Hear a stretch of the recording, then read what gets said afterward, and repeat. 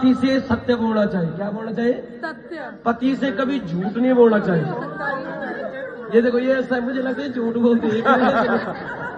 पति से कभी झूठ नहीं बोलते। भगवान भी बोल सकते हो पर पति नहीं। पति से कभी छुपानी नहीं कोई बात और झूठ नहीं बोलना चाहिए। पति से प्रिय बोलना चाहिए। कभी भी कोई भी जुबान है, कोई चीज मांगनी है या मनवानी है, बहुत प्यार से बोलना चाहिए। और क्या करना है? क्रोध नहीं करना है। पति के सामने कभी क्रोध नहीं करना चाहिए। उससे उसकी क्या बढ़ती है? आयु घटती है और उसका धन घट जाता है। सुनो, यह हकीकत बात है। धन कम हो जाता है। क्यों हो जाता है? क्योंकि अगर उसको क्या करें, अब नहीं करेंगे क्रोध। क्यों होता है मैं बताता हूँ।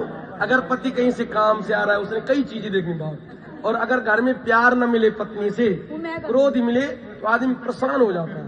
तब उसका दिमाग उस चीज में नहीं जाता है, वो गलत नेगेटिव जाता है। इसलिए पत्नी को क्या करना चाहिए? पति से क्रोध नहीं करना चाहिए, आलस्य नहीं करना चाहिए, पति से पहले उठना चाहिए।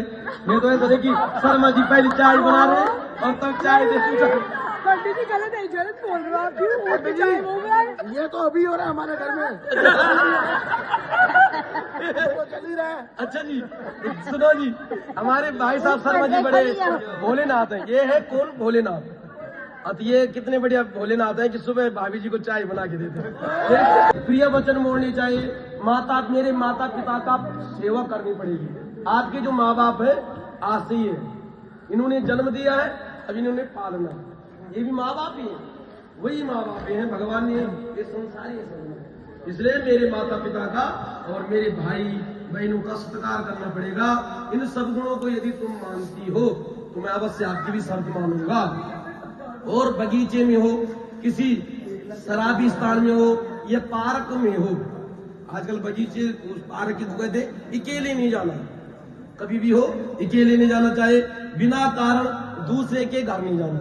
जब कोई बुलाएगा नहीं, ऐसे नहीं जाना चाहिए। स्त्री को बिना बुलाए, एक कौन गई थी या बिना बुलाए पिता, वो भी पिता के घर। इसलिए जो कन्या होती है या स्त्री होती है, उसको बुलाने पर ही जाना चाहिए। ऐसे ही आपको भी जब कोई बुलाए तभी उसके घर जाए। माता पिता के घर भी तभी जाना है जब माँ बाप बुलाएं।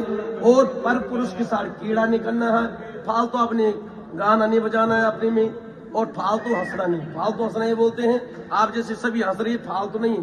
ये जब बात एक होता है ऐसी चल रहे हो रास्ते में और हंस रहे हो, बहुत सारे हंसते हैं। हाँ, तो स्त्री का हंसना एक बार महंगा पड़ा था। आपको पता है कौन हंसी थी? द्रौपदी। हाँ, स्त्री का तो भगवान ने ऐसी लीला बनाई है, वो हंसे भी तो वो भी दिक्कत, ना हंसे भी दिक्कत। इसलिए उसको लज्जा कहते हैं, इसलिए उसको लक्ष्मी कहते हैं। और जितने इसलिए कह रहे हैं कि बिना बात का हंसना नहीं है, व्यर्थ गाना नहीं है। घर के भीतर सुख दुख मेरे साथ भोगोगी।